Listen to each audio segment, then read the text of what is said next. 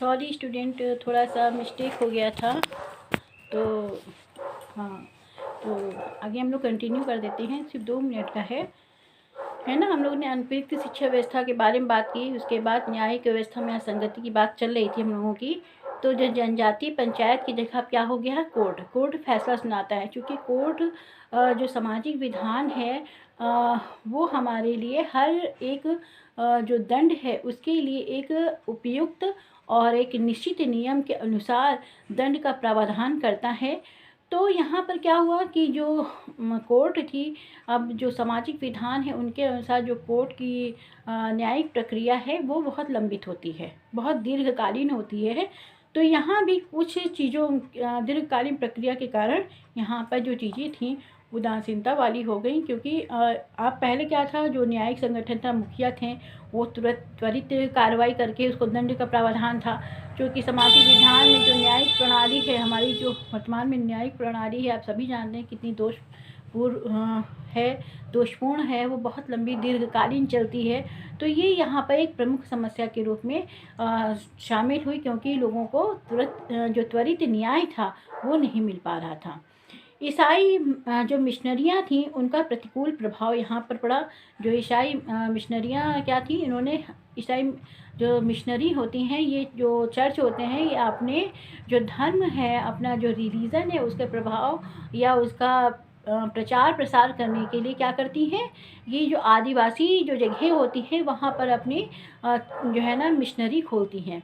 ये मिशनरी क्या करती हैं, ये आदिवासी जो जनजाति हैं इनका धर्मांतरण करवाती हैं, अब इनका धर्म जो होता है उसको चेंज कराती हैं, उनको ईसाई बनाने का कार्य करती हैं। ये इसलिए कहा जाता है कि ये ईसाई जो मिशनरी हैं ये जो है ना व्यापक रूप से जो है ना धर्म का जो प्रचार प्रसार है यहाँ पर करती हैं। तो ये जो ईसाई मिशनरियाँ थी इन्होंने एजुकेशन जो शिक्षा प्रणाली थी, अंग्रेजी शिक्षा प्रणाली थी, आप कह सकते हैं कॉन्वेंट शिक्षा प्रणाली थी, वो यहाँ पे लागू की और उनके बच्चों को पढ़ाना शुरू किया।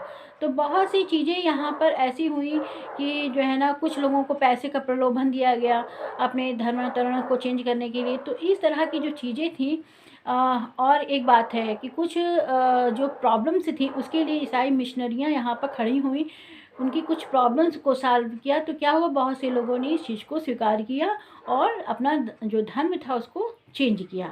स्वास्थ्य संबंधी समस्याएं, चूँकि यहाँ पर आप जानते हैं आदिवासी जनजाति में ऐसी कोई क्लिनिक नहीं होती है, क्योंकि डॉक्टर भी ऐसे क्षेत्रों में नहीं होते हैं और ना ही कोई हॉस्पिटल का अरेंजमेंट होता है यहाँ पर।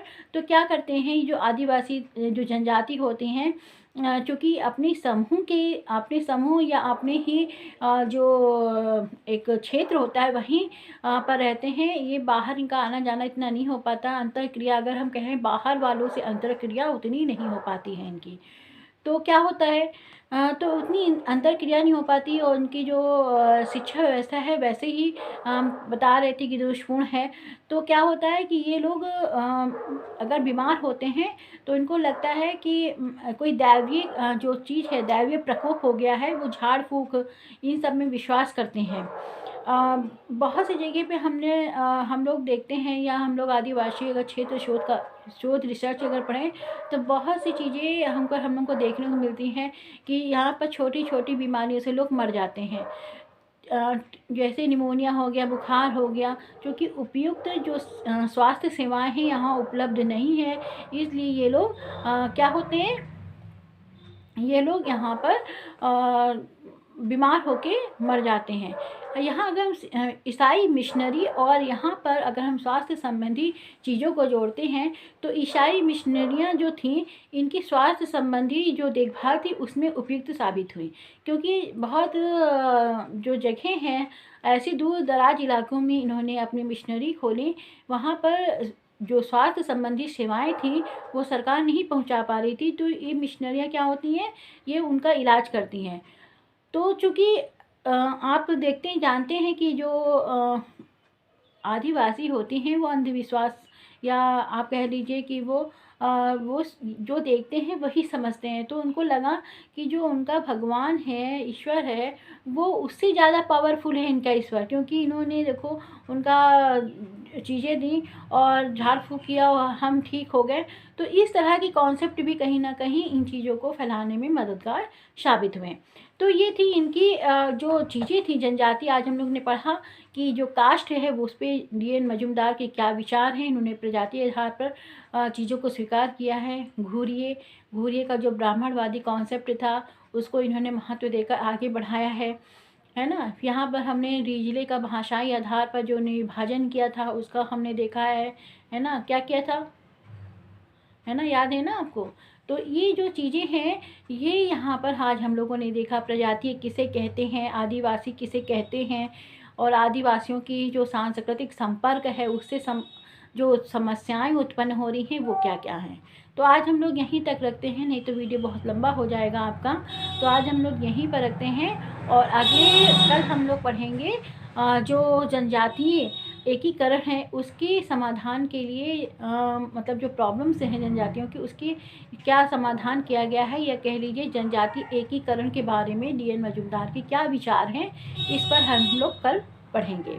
तो आज का वीडियो हम लोग यहीं तक रखते हैं और आप लोग इस वीडियो को, जो पहला वाला वीडियो है और ये अभी का जो वीडियो है, दोनों को आप लोग लाइक और शेयर ज़रूर कर देंगे, है ना।